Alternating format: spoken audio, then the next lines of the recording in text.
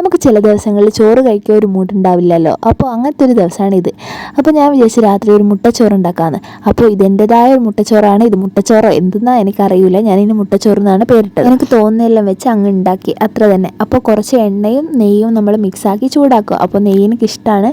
അപ്പോൾ കുറച്ചധികം നെയ്യൊക്കെ ഇട്ട് ചൂടാക്കി, പിന്നെ അതിലേക്ക് നല്ല പെരിഞ്ചീരകം ഒന്ന് ഇട്ട് നല്ലോണം ഒന്ന് മൂപ്പിച്ചെടുക്കുക. ശേഷം നമ്മൾ കുറച്ചുള്ളി, അത്രയൊന്നും വേണ്ട, ഒരു ഹാഫിൻ്റെ തന്നെ പകുതി മതി, അത്ര ഉള്ളിയും കൂടി ഇട്ട് മിക്സാക്കി ഉപ്പ്, മഞ്ഞൾപ്പൊടി, കുരുമുളക് പൊടി, പിന്നെ ഒരു ചിക്കൻ മസാല പൊടിയും കൂടി ആഡ് ചെയ്ത് നന്നായിട്ട് മിക്സ് ചെയ്ത് മുട്ട പുഴുങ്ങിയതെടുത്ത് ഇങ്ങനെ ഉപ്പേരിയിൽ ഇങ്ങനെ മുറിക്കുന്ന ഒരു സാധനമില്ലേ, അതിലാക്കി നമ്മൾ ചിക്കി ഇടുക. പിന്നെ കുറച്ച് മല്ലിച്ചപ്പും, പിന്നെ നമ്മൾ നോർമൽ ചോറ് ഒരാൾക്കുള്ളതാണ് ഉണ്ടാക്കുന്നത്, എനിക്ക് മാത്രം. ഒക്കെ ഒന്ന് മിക്സ് ചെയ്ത് 2 മിനിറ്റ് അടച്ച് വേവിക്കുക. അപ്പോൾ നമ്മുടെ മുട്ടച്ചോറ് ഇവിടെ റെഡി ആയിട്ടുണ്ട്.